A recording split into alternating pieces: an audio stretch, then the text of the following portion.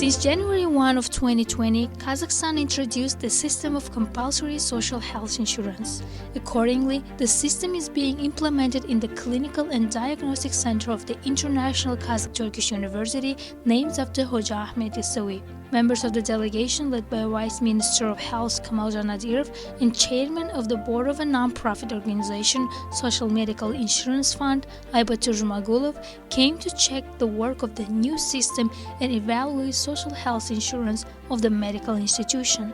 Representatives of the government visited the clinic, introduced by the rector of the university, Ahmed, and checked insurance rights of patients through the registry office. The vice minister also reviewed the profiles of medical professionals and the status of patients receiving post-stroke care in the rehabilitation center.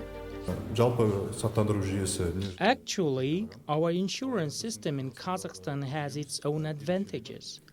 Our insurance is not only medical, it's social too. That's why about 11 million citizens, including children and students, are insured by the state. Also, the state provides other free medical care to the citizens.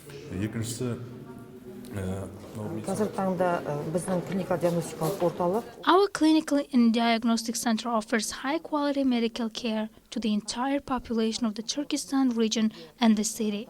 We are also one of the most effective university clinics for training new medical professionals at the clinical base for students of our university.